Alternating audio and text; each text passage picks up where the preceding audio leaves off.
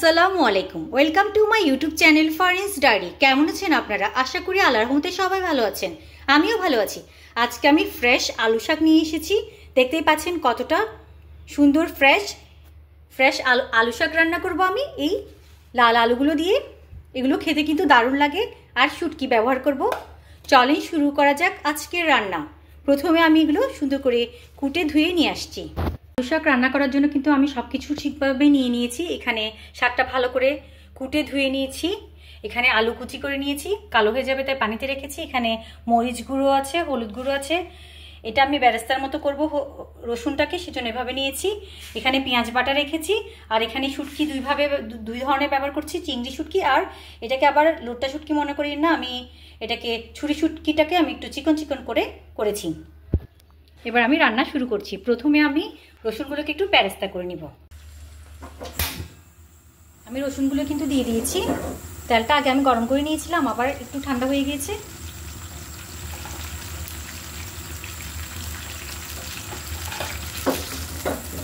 হালকা brown colour হলে আমি এগুলো নামিয়ে নেব। রসুন কিন্তু ব্রাউন কালার হয়ে গিয়েছে। এবার আমি চুলাটা অফ করে দিচ্ছি। আমি এগুলো তুলে নিচ্ছি। রসুন কিন্তু আমি তুলে নিয়েছি। আলুগুলোকে কিন্তু হালকা ভেজে নিব হলুদ লবণ দিয়ে। অফ ক্যামেরায় কিন্তু আমি আলুগুলো দিয়ে দিয়েছি। হলুদ গুঁড়ো,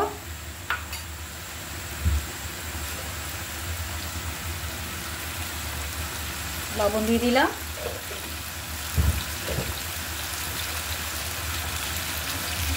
এগুলো একটু ভেজে নিব।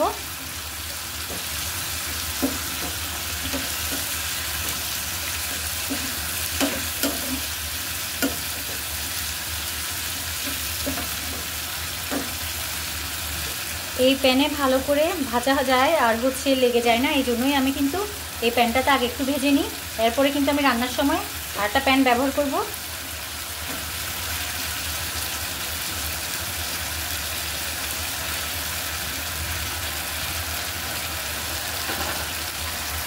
এগুলো কিন্তু হয়ে গিয়েছে। এবার আমি এগুলো তুলে নিচ্ছি।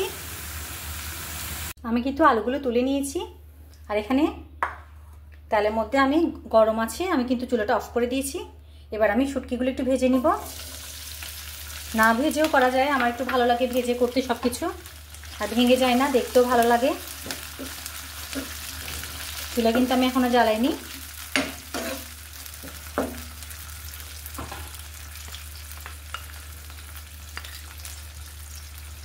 এক চামচ হলুদ গুঁড়া, এক চামচ মরিচ গুঁড়ো,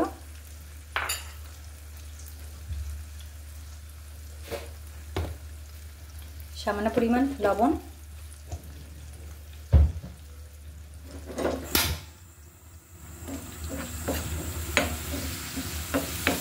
শুটকিগুলো আমি কিন্তু সুন্দর করে ভেজে নিব।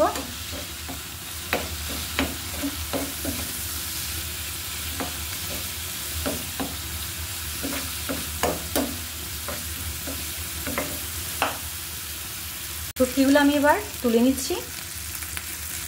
শুটকিগুলো আমি তুলে নিলাম।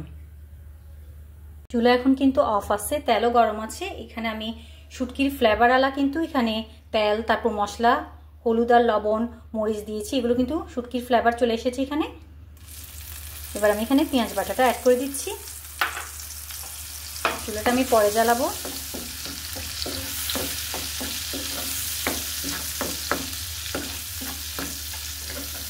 আগের গরমে কিন্তু দেখতে পাচ্ছেন।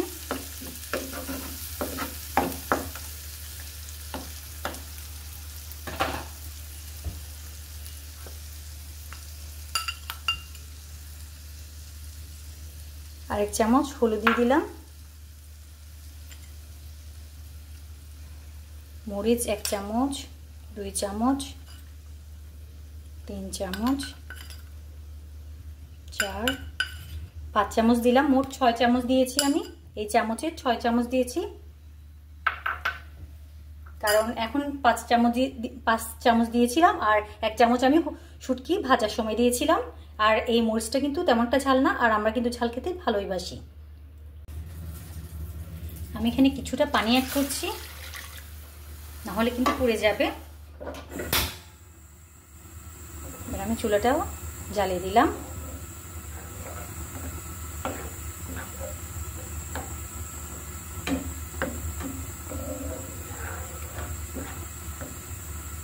কম জালে আমি এটা কষিয়ে নেব ভালো করে।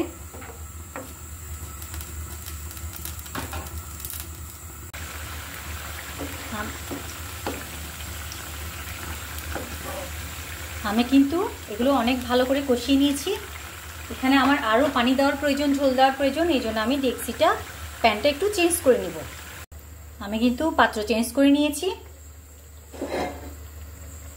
আর এখানে অনেকগুলো ঝোল অ্যাড করে দিচ্ছি।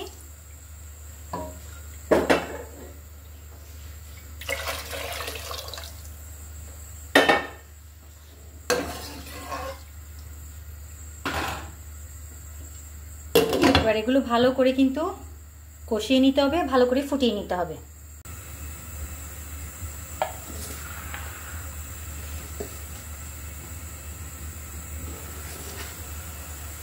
আমার ঝোলগুলো কিন্তু ভালো করে হয়ে গিয়েছে। আমি অফ ক্যামেরায় কিন্তু আমি আরও পানি দিয়েছিলাম। এবার আমি শাকগুলো দিয়ে দিচ্ছি।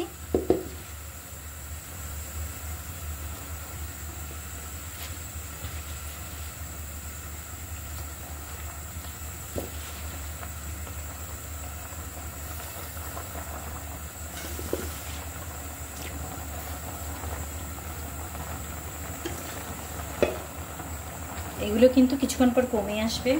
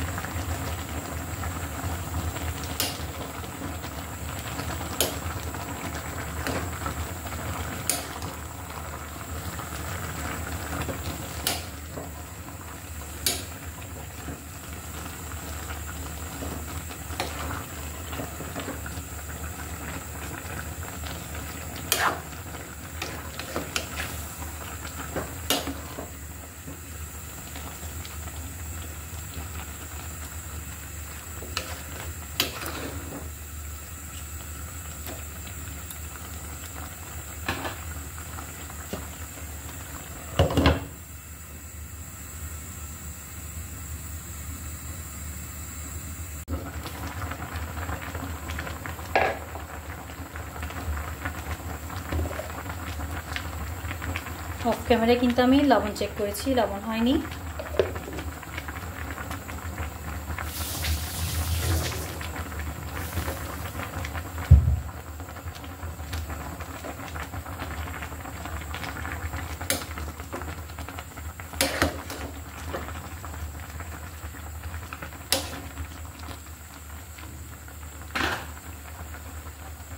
আলুগুলো দিয়ে দিচ্ছি আমি।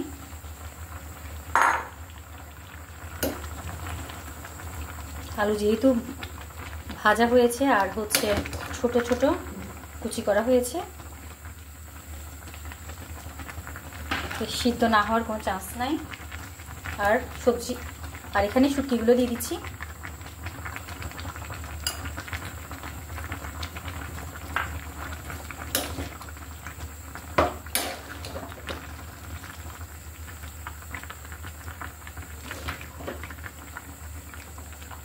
শুটকি যেন ভেঙে না যায় এই জন্য আমি পরে দিয়েছি। আমার ছুরি শুটকি একটু নরম ছিল কিন্তু খেতে কিন্তু দারুণ।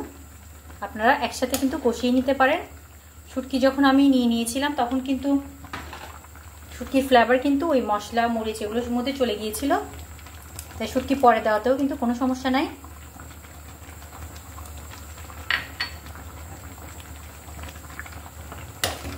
আর শাকের মধ্যে রসুন তো একদম প্রধান একটা উপকরণ, তাই রসুন একটু যদি ভেজে দেওয়া যায় অনেক ভালো লাগে। লাস্টের দিকে, প্রথমের দিকেও দেওয়া যায়, এক একজন আসলে এক একভাবে রান্না করে।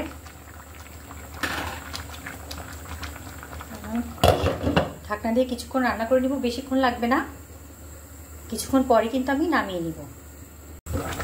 আমার রান্না কিন্তু হয়ে গিয়েছে দেখতে পাচ্ছেন। এবার আমি চুলাটা বন্ধ করে দিব আর আমি সুন্দর একটা বাটিতে নিয়ে আপনাদেরকে দেখাচ্ছি কেমন হয়েছে।